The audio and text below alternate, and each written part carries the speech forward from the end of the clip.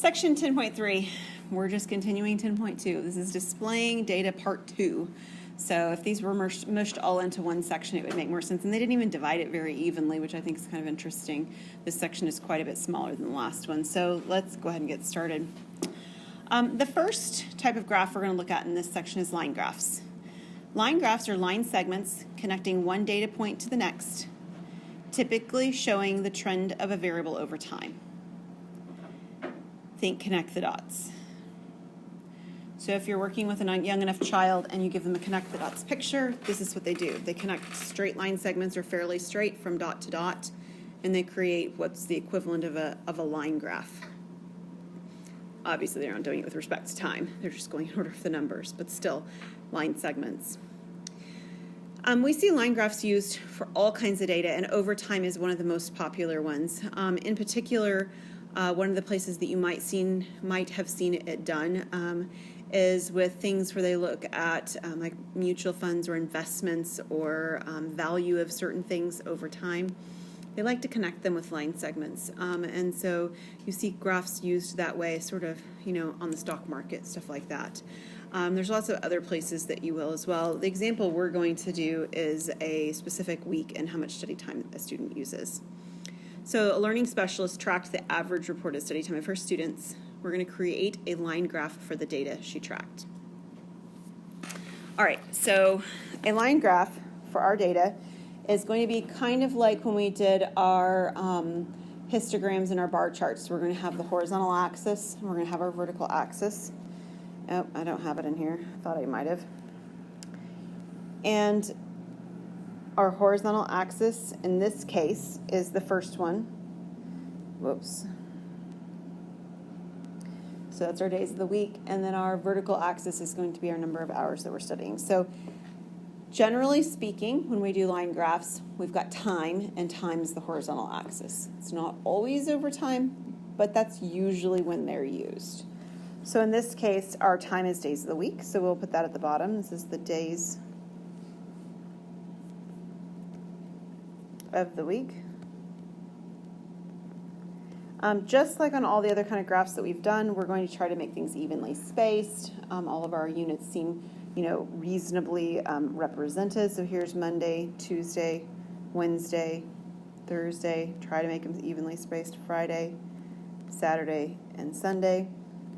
And as I'm labeling these, I'm just going to use the first two letters of the either first letter or first two letters if needed of the day of the week. So Monday, Tuesday, Wednesday, Thursday, Friday, Saturday, and Sunday. Is that good for everyone? Just for an abbreviation. My horizontal axis happens to also be time, but it's measuring the time spent studying, not over a period of time. So this is the number of hours studied. So our smallest value in our chart is what? 0.25, and the largest is 2, right? And everything seems to be measured in quarter-hour increments, which kind of makes sense if you think about how you would maybe sort of estimate how much time you spent studying on something. So our increments on our vertical axis, have to also be measured that way. So these are going to be in quarter of hours. And I'm going to label every other one just so it doesn't get too cluttered. So that's 1/2 hour. This is 1 hour. This is 1.5 hours. And then 2 hours. Okay, so far so good?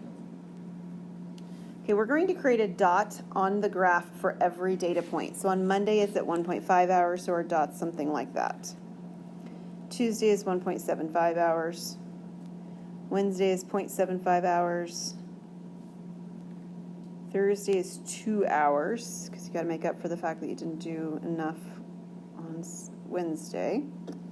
Friday is 0.25 hours, which I think is probably really just a lie. I mean, really. They're just trying to tell you something that you want to hear, right? Yeah, I don't think so. Probably the Saturday 0.25 hours, also a lie. So we'll put it right there, the 0.25. And the last one, Sunday, 1.5, because, school's starting and you got to show up that you've finished all your homework. So right here. Okay, so if you want to use graph paper for this, you're more than welcome to. If you want to use graph paper, but you don't want to go buy a packet of graph paper, I think I've said it before in this class. If I haven't, you can actually print off graph paper from online. Just Google graph paper images or something like that, and you can pick whatever thickness of graph paper you wish, and you can go with that. But you don't have to. I mean, lined paper is fine, but sometimes people like to use graph paper. We're going to connect the days of the week in order. So Monday goes to Tuesday, Tuesday to Wednesday, Wednesday to Thursday, to Friday, to Saturday, and to Sunday. And with one exception that we're missing, this is line graph. What's the thing that's missing? The title. Right, so this is the time students spent studying, or some variation of that.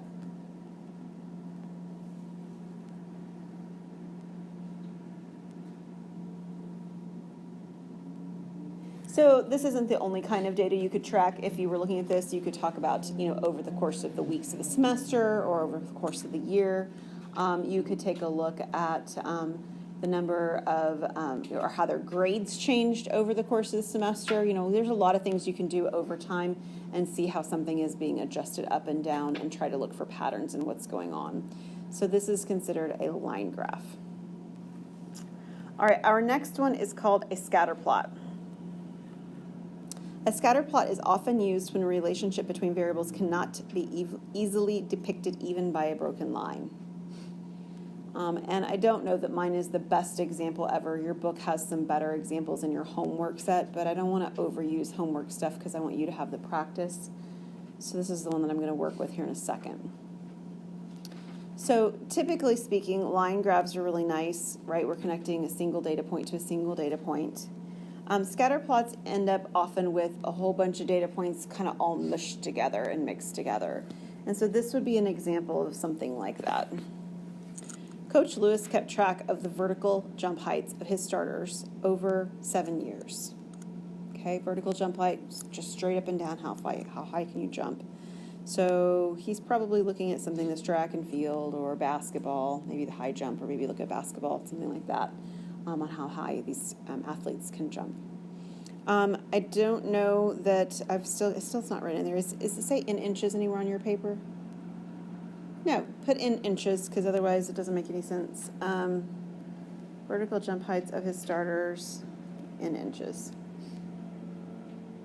I need to get that fixed on my slides. I see that these are the inches that they can jump. All right, so we're going to draw a scatter plot of the data. So I do have a grid for this. You might want to just come back to this if you want to do a grid later. It's going to be a very messy graph, but if you want to be careful and draw it, you certainly can. You have space on the next slide or next page to do so. We're going to have our axes drawn in much like before, where we have a horizontal and a vertical axis, and we have time on the bottom. So we have something like this. Sorry, it's not lining up very well. I'm going to adjust that just a bit.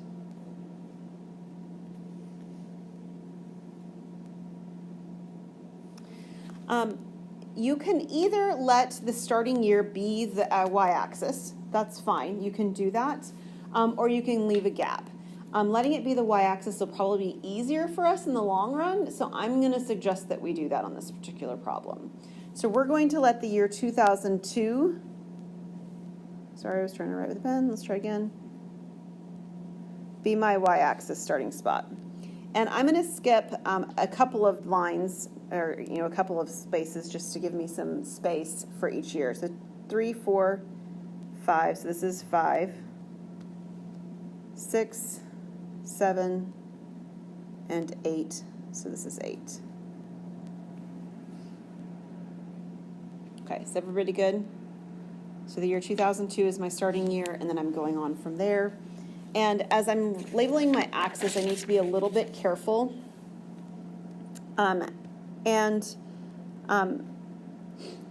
Here's what I need to be careful of. I need to be careful that this is marked correctly however I've chosen it to mark it. So the way that I've marked mine is that these are the actual years, but not exactly. And here's the tricky thing, is that I've written them in as 2, 4, 6, 8, but then I've written the horizontal axis, not the horizontal axis, but the y-axis as 2002. And so everything looks a little bit off kilter. Does that seem like what you're seeing too? So I'm going to leave it written as years, but I think I'm actually going to go back in and just write out the 2008 and 2005, because otherwise I think I'm going to make things more confusing later on. So I got the 2002 already written there. Okay, and so this is 2005, and this is 2008.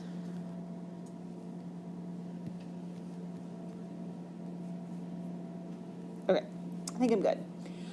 My vertical jump heights, that's a little trickier.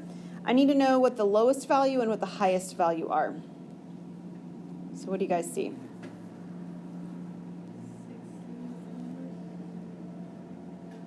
I think there's a lower one.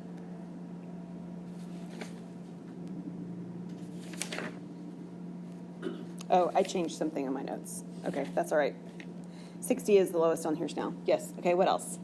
77 to the high. I think you're right. Okay, so over here on my axis, I don't need anything beyond the 60 to 77. But because of the way I'm drawing my line, it might be necessary to have a little bit of space between the bottom axis and 60. So I'm going to start my 60 somewhere up a little bit higher than at the very bottom, like this. But I need to make sure that my axis shows that I didn't really start at 0, right? I started at something else. And so you have to put in a break in the axis. That lets us know that the x-intercept, like if something crossed the x-axis, it wasn't the year or the height 0. Okay? And then I'm going to skip every 2. So this is 62, 64, 66, 68, 70.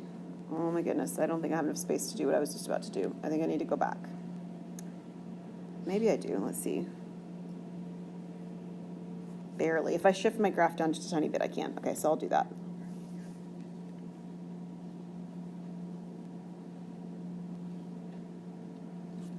Okay, I think you can do that. 72, 74,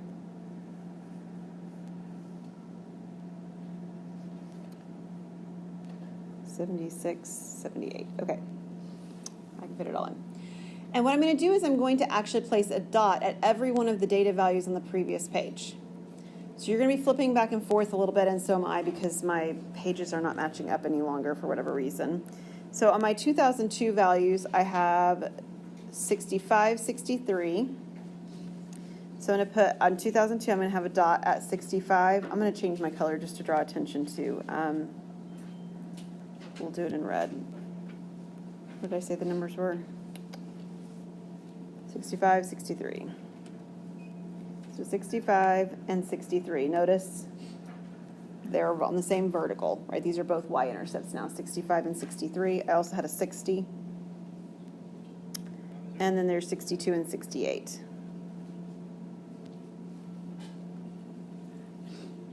Okay. Year 2003.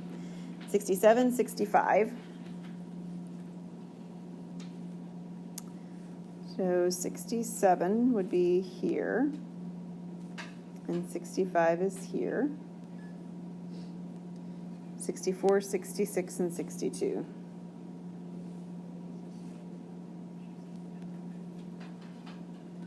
I have, so these are all done, these are all done. 67, 6, well, let's see, 64, 5, 6, 7, 8, 64 to 68, actually, on all of them. So 64, 65, 66, 67, and 68 on that year. Oops, I made it too close. No, I didn't. I made it the right distance apart. That's that one. See, 65, 66, 67, 68, and 70.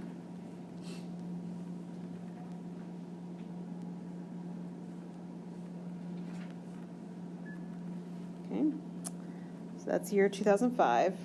All right, in 06 we have 66, 67, 68, 69, and 70.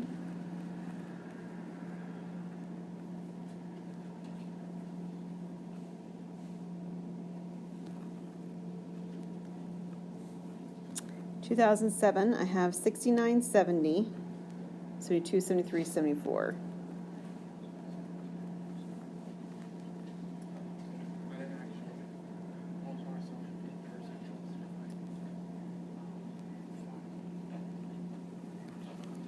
Okay. And then on the last year, 70, 71, 72, and then 75 and 77. 70, 71, 72, 75, and 77. I didn't label my horizontal, or my vertical, excuse me, axis. Let me shift this over so I have some space. It is years there at the bottom. It's a little bit off my screen because I had to shift it to make it better before. So these are vertical jump heights.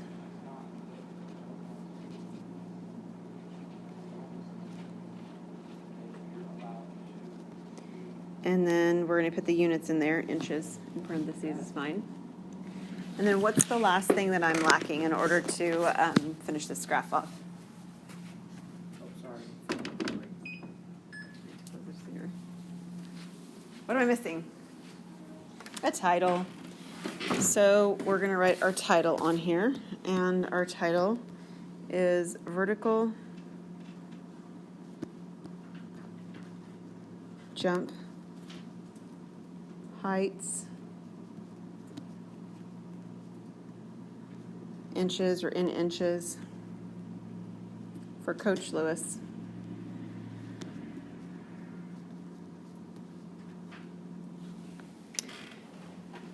I think that's all the data I had on him. Yeah, for his starters. Coach Lewis's starters. Starters. I think it's basketball. Basketball would have starters. All right, any questions on that? What do you do if two of the numbers are the same? So most of the ones you're going to get won't be doubled up like that. They'll be all wonky in a way that you can't sort of connect them with a line and make sense of it, but they won't have multiple pieces all on the same line. So I don't think that'll be a problem as you're taking a look at it. Right, so like the Yeah. 277 is the same. No, there wouldn't be. If there were, you just wouldn't have a separate dot for them. Also, it asked one other thing on this particular problem. It actually, I didn't have it on here because I was putting it over there. It wants us to actually, it's written on your paper, it says draw the scatter plot, and then it says what kind of association is there. So an association has to do with what is the graph's data doing in the long run. In other words, is it tending towards up? Like, does it go upward, or is it tending downward? And so what is the tendency of these values? They're going up, right? We call that a positive association. As time increases, the graph goes up. So they're both increasing at the same time. So while it's not on my screen, it's on your paper, and the answer is that it's a positive association.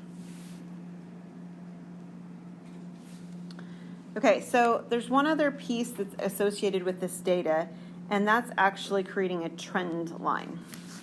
So while a scatter plot works really well for the graph's data in general, I can get a sense of what's happening over time just by looking at the dots. I can. A trend line allows us to actually give an estimation of what the graph is doing over time. So this is sometimes called a best fit line. This is not a fantastic data set for doing this either. But sometimes data sets are just a mess and you're doing it for things that aren't fantastic, and that's actually not necessarily, a thing that doesn't happen. So a trend line, we're approximating a trend line. So if you want to take any of those protractors that I just took away from you, and use them as a ruler or a straight edge, you could use that. What we're trying to do is we're trying to create a line that goes sort of through the dots and balances them out. So it sort of looks like it's trending the same way the dots are trending, all right? And it looks like it is sort of balancing the number of dots below the line and above the line. For example, this would not be a trend line. Although it looks like it's balancing, it looks much steeper than the dots are going, right?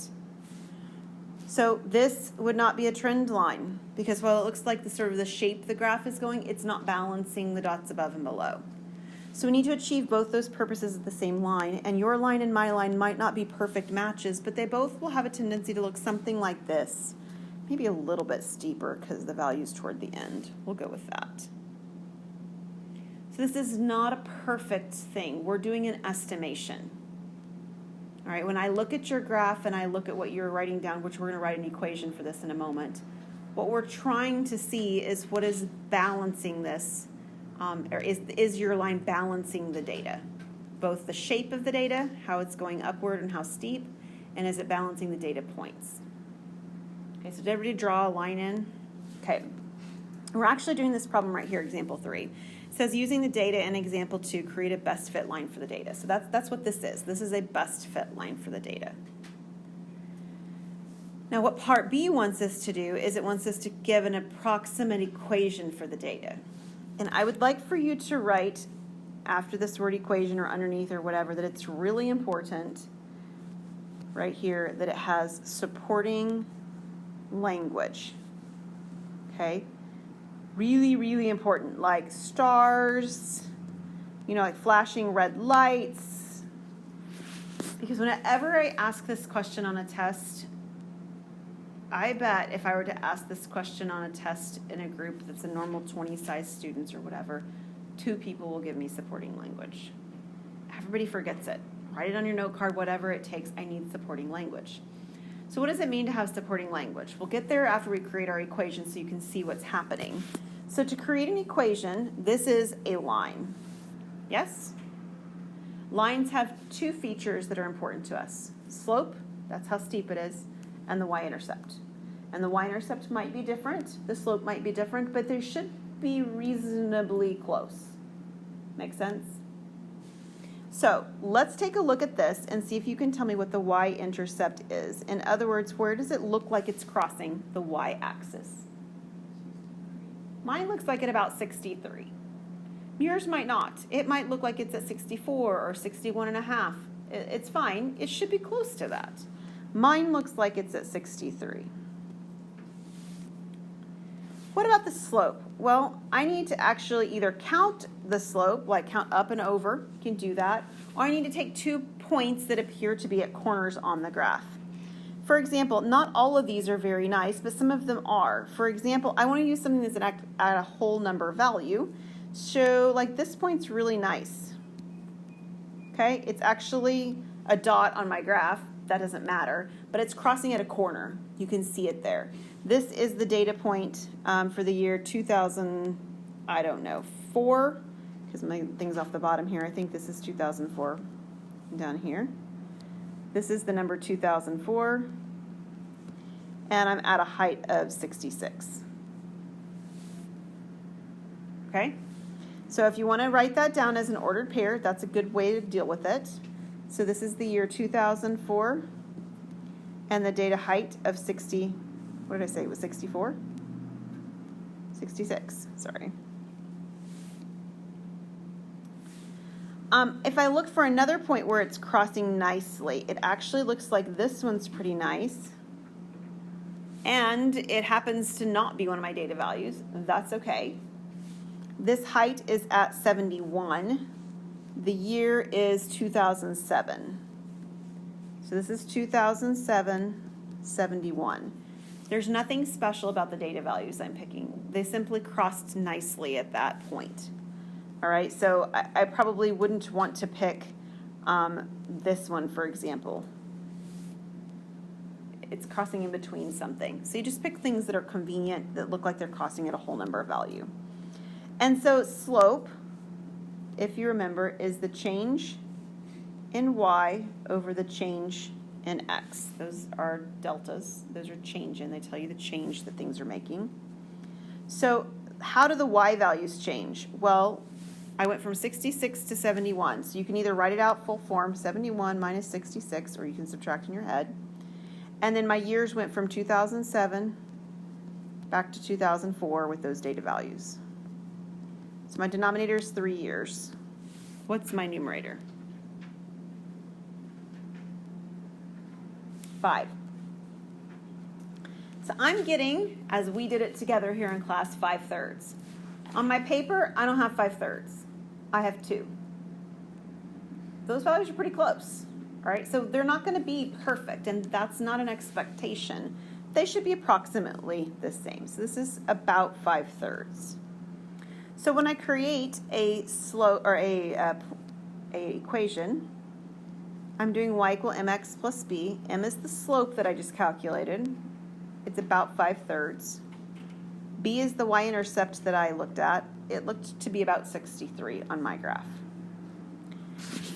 But this equation has 0 value unless you tell me what x and y are. Like none. Like if I look at this graph and I say, okay, my equation for predicting the jump heights is going to be 5/3 x plus 63. And I ask you, okay, well, what do we think that the jump heights are going to be in 2010? Well, x is years, but what does 2010 mean? Do you see the problem? Yeah, you got a problem, right? The problem is I don't know what 2010 means. So as I'm looking at this, that creates a problem with this graph. Notice over here, my y-intercept is occurring in the year 2002, right? It is. So I'm actually measuring the number of years after the year 2002. So if I wanted to measure the year 2010, my input would have to be 8 because my y-axis was the year 2002 and 2010 would be 8 units away. Does everybody see that okay?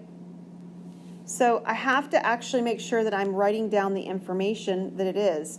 So this is giving me the jump height in inches. That's what it is. I get out of this jump height. Actually, let me do it. I had some students that really liked this last time I did this. I wrote down x and y and just what they are. So we'll try that. So x was the years. We already just differentiated this. This is the years after 2002. And we make that decision based on what we let our y-axis be. Whatever your y-axis is, that's how far out you're going. Right? That's your 0 start year. In this case, my 0 start year is the year 2002. You might not like that. Maybe you would have wished that you had made the y-axis the year 2000 and just started your graph 2 units to the right. We could have done it that way. That's actually how it's done in my notes, is I did it that way when I did it the last time. So you have some flexibility. And then what is y? Well, my y is simply what my y-axis is, and my y-axis is my vertical jump heights in inches. So it's the vertical jump height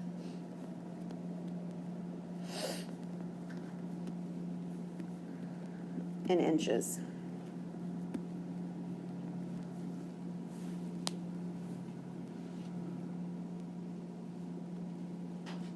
And if I have the equation written like this, then I will be able to do part C. Part C wants to know, using your equation, what would you predict the jumping height would be this year? Well, this year is 2021. So what will I let my x value be if I'm in the year 2021? 19. How'd you get 19, Isabella? Subtracted 2021. Right. So again, thinking from the graph, 2002 is the 0. If I want to do it 2021, I'm 19 years further into the future. If I'm thinking about it from the equation, it told me, provided I created it correctly, that 2002 was the starting year. So I would be subtracting the way Isabella just described, 2021 minus 2002. That's 19 years off. So when I'm creating this, y was 5/3. X is 19 plus my, 63 plus 63.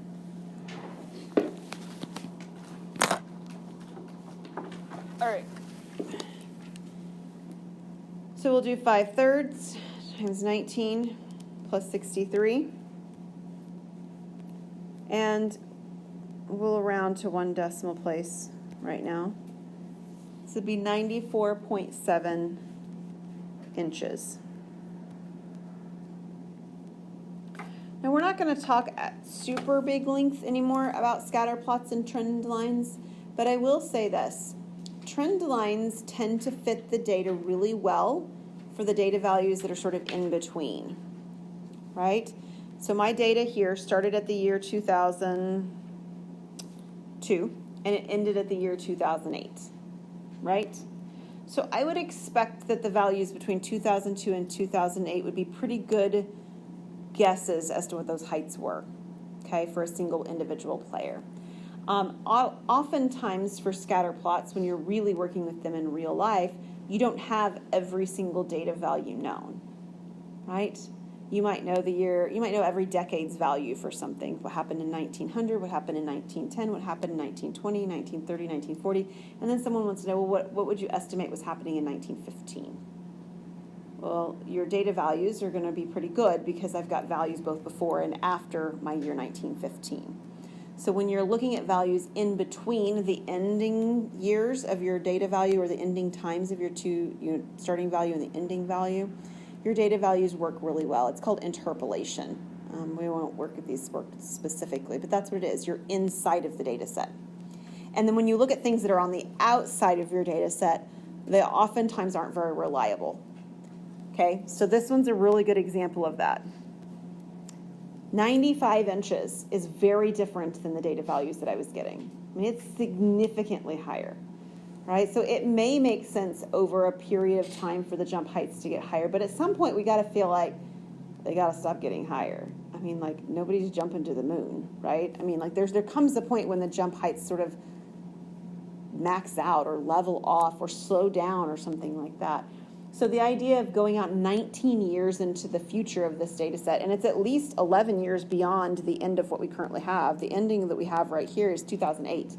I'm 11 years outside of this data set. It's called extrapolation when you're going outside of the data set. Usually into the future is what people care about. Oftentimes not very reliable, not very accurate. So you will see people asking questions usually that are much closer to the data values than my example here where I used this year's value. Does that make sense? Okay. The last bit that we're going to look at today, tiny little bit, but we won't do group work. We'll save the group work for next time. No homework, all that good stuff. Y'all need to get some redos done. Let's be real, right? Yeah. Okay. So the last thing that we're going to take a look at is association. So I mentioned over here that this had a positive association, right? It was trending upward. We're going upward as we go from left to right. In particular, you might also notice that if it's trending upward, we would call that a positive slope. Agreed? Go from left to right, it goes uphill, that's positive. So as I'm looking at equations, I can identify the association simply based on the slope's value. So on the slope's value for part A, it's -2. So we would call that a negative association. If I were to draw that graph, it would be going downhill. This association is negative. What about the association for part B?